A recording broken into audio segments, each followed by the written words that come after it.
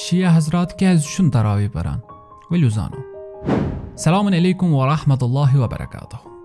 خوب گۄڈٕنیتھ اگر أسۍ اتھ کُلی جواب دِمو سُہ چھُ یہِ کہِ شیعہ فقہس منٛز چھُنہٕ نمازِ مستحب یِوان نمازِ سنت یِوان باجماعت ادا کرنہٕ کِہینۍ تہِ.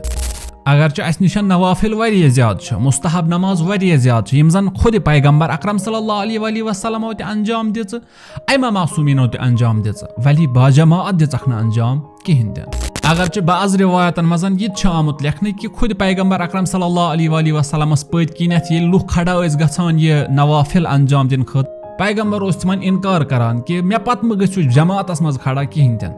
یعنی أسۍ ونو یِتھ کٔنیتھ کہِ سنت نماز یا مستحب نماز یا نوافل نماز آسنہٕ پیغمبر سٕنٛدِس دورس منٛز یِوان جماعت سان ادا کرنہٕ کِہینۍ تہِ. یہاں تک کہ خود حضرت ابو بکر رضی اللہ تعالیٰ عنہ سٕنٛدِس زمانس منٛز تہِ آسنہٕ یِوان تِم جماعت سان ادا کرنہٕ کِہینۍ تہِ. امہِ پتن چھُ حضرت عمر رضی اللہ تعالیٰ عنہ یِوان یِم زن اتھ جماعت سان قٲیِم کران چھُ.